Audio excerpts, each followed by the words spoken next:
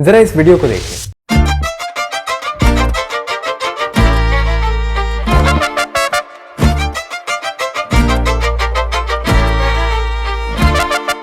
ये वही आसाराम है जिसे सुप्रीम कोर्ट भी एक माइनर के रेप का कन्विक्ट मान चुका है। ये भीड़ नाच रही है, झूम रही है, एक्साइटेड है कि आज उनके आसाराम बापू जेल से बाहर आए हैं। और बता दूं कि ये दिन उनके लिए कोई त्योहार से कम नहीं हो। ये है हमारे समाज की सच्चाई।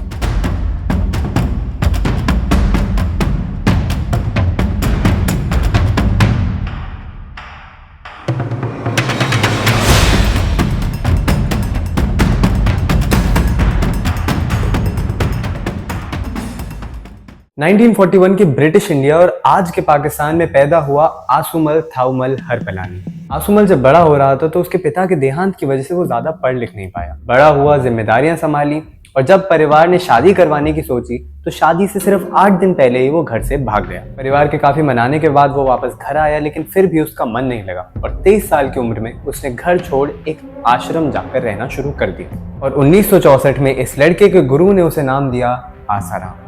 1970s में आसाराम ने एक छोटी सी अपनी कुटिया बनाई जिसमें उसके भक्त रहते थे, लोग रहते थे और अपनी यूनिक तरह की कथाओं की वजह से, जिसमें नाचना, गाना, 1000 तरह की चीजें होती थी, उन्हीं की वजह से पूरे देश भर में फेमस होता चला गया। इसी वक्त पर लोकल गवर्नमेंट्स ने आसाराम को जमीन मुफ्त में दी उनके आश्रम बनाने के लिए, क्योंकि उनके हिसाब से वो समाज के लिए काम कर रहे थे। एक्टर्स से लेकर नेताओं तक बड़े बड़े ताकतवर लोग आसाराम के आश्रम में आकर सर झुकाते थे, चाहे वो अटल बिहारी वाजपेयी हो, चाहे वो आज के पीएम नरेंद्र मोदी। और इसी तरह आसाराम के 400 से भी ज्यादा आश्रम पूरे देश भर में फैल गए। गुजरात से आए इस छोटे से लड़के ने आज पूरे देश में अपना एम्पायर बना लिया था। हम कह सकते हैं कि आजाद भारत का पहला उभरता सितारा बाबाओं की दुनिया में आसाराम ही थे, क्योंकि इसके भक्त सिर्फ हजारों लाखों में नहीं बल्कि करोड़ों में।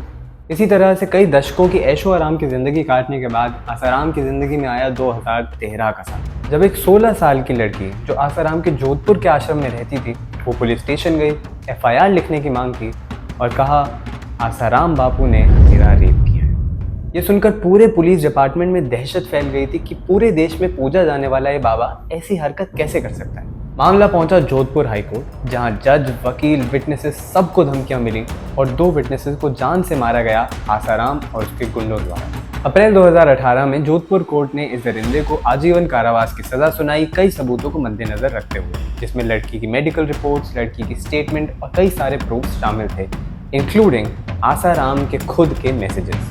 और आसाराम के खिलाफ ये कोई पहला केस नहीं था। इससे पहले भी उस पर मर्डर, लैंड इंक्रोचमेंट के केसेस ऑलरेडी चल रहे थे, जिनको पावर और पैसों तले दबा दिया था। अब जो मैं आपको बताने जा रहा हूँ वो पर्सनली मेरे लिए काफ़ी डिस्टर्बिंग है। जब आसाराम को 2018 में सज़ा सुनाई गई, आसाराम के फॉलोअर्स ने पूरे जोधपुर में दंगे शुरू कर दिए। 2018 में यहाँ तक कि कर्फ्यू लगाना पड़ा जोधपुर में इन सब दंगों को रोकने। और अब 2025 में नवंबर में सुप्रीम कोर्ट ने आसाराम को 6 महीने की बेल दी ऑन मेडिकल ग्राउंड, क्योंकि उसकी उम्र बढ़ रही है, जो कि है अभी 84 साल। जैसे ही ये खबर बाहर आती है, भक्तों की भीड़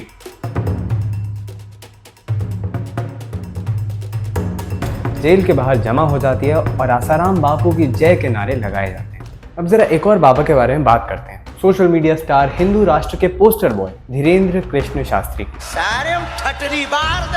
मध्य प्रदेश के छतरपुर में पैदा हुए धीरेंद्र कृष्ण शास्त्री बचपन से हनुमान भक्त और 2016 में शुरू किया इन्होंने अपना बागेश्वर धाम सरकार का मोर्चा। बागेश्वर धाम की जय। इनकी किस्मत तब बदली जब लॉकडाउन के समय पर कोरोना और उसके बाद भी लोगों को इनका सोशल मीडिया का कंटेंट बहुत पसंद आया। लोगों को इनकी बातों में चमत्कार दिखा, आशीर्वाद।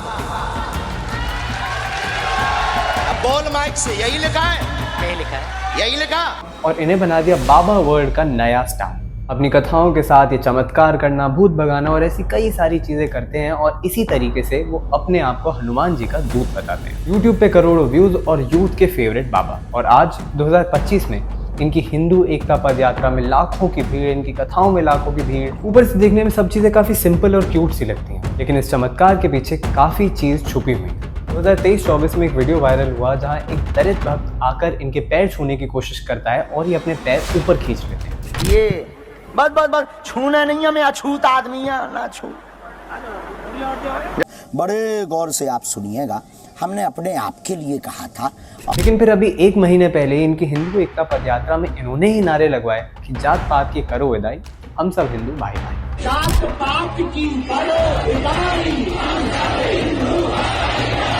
और यही नहीं, धीरेन्द्र कृष्ण शास्त्री ने बार बार अपनी बातों में, अपनी कथाओं में, अपने नारों में भारत को हिंदू राष्ट्र बनाने की बात की है। धीरेन्द्र शास्त्री ने सौगंध खाई है कि वो भारत को हिंदू राष्ट्र बनाकर दम लेंगे। हम धर्म संविधान के खिलाफ नहीं, हम निर्णय नहीं ले रहे कि हम हिंदू राष्ट्र कर देंगे, हम ये नहीं कह रहे कि हम हिंदू राष्ट्र बना देंगे, हम ये कह रहे हैं कि हम हिंदू राष्ट्र सब मिलकर देंगे। अब आप पूछेंगे कि धीरेन्द्र कृष्ण शास्त्री आसाराम के कंपैरिजन में मैंने क्यों बताया, क्योंकि एक डाउनफॉल पर है और एक आज का राइजिंग स्टार है, लेकिन दोनों में और दोनों के फॉलोअर्स में सिर्फ एक चीज कॉमन है, वो है अंधभक्ति। और रिसेंटली धीरेन्द्र कृष्ण शास्त्री ने एबीपी न्यूज के साथ अपने एक इंटरव्यू में आसाराम को डिफेंड भी करा, कहते हुए कि सब लोग अपनी अपनी जगह सही होते हैं। आसाराम बापू उनको भी मिले नहीं है, पर वीडियो पर ही देखा है। क्या कहेंगे उनके बारे में? भगवान की सब अपनी जगह सब ठीक है। आपको पता है कितने गंभीर आरोप है उनके ऊपर? बिल्कुल आरोप हैं। तो कुछ कहना नहीं चाहेंगे? क्या कहेंगे, सब अपनी जगह, सब लोग अपनी जगह ठीक होते हैं। अब सवाल ये उठता है कि आखिर हमारे देश में ही क्यों ये गॉडमैन का कल्चर इतना स्ट्रांगली एग्जिस्ट करता है। अब हिस्टोरिकल रीजंस की वजह से देखा जाए तो भारत हमेशा से गुरु शिष्य परंपरा का घर रहा है। और बात रही समाज की, तो इस समाज से हम उम्मीद भी क्या रखें, क्योंकि इसी समाज में हमें काफी डीप रूटेड इश्यूज देखने को मिलते हैं, जिसमें से एक है गरीबी। 2024 के NSSO के डेटा के हिसाब से 70% रूरल पॉपुलेशन आज गरीबी में जीती है। और इन्हीं सब चीज़ों के बीच लोगों को एक उम्मीद मिलती है इन चमत्कारी बाबाओं से, ये कुछ उपाय बताएंगे, कोई मंत्र बताएंगे जिससे हमारे पैसे, प्यार और सेहत की दिक्कतें ठीक हो जाएं। यूनेस्को कहता है कि इंडिया की 50 से ज़्यादा % पॉपुलेशन आज भी सुपरस्टिशियस चीज़ों में मानती है, क्योंकि इंडियन स्कूल्स में क्रिटिकल थिंकिंग जैसे सब्जेक्ट एग्जिस्ट ही नहीं करते। और आपको पता है आसाराम अभी क्या कर रहा है? आसाराम पूरे देश में आराम से सैर कर रहा है, ऐश और आराम की जिंदगी काट रहा है। और अब जिस लड़की के साथ रेप हुआ था, उसने सुप्रीम कोर्ट से गिड़गिड़ाते हुए गुहार लगाई है कि आसाराम की बेल को कैंसिल करा जाए। हमारा देश औरतों को देवी मानता है, हमारा कल्चर, हमारे संस्कार सबसे महान है, हमारा समाज सबसे महान है।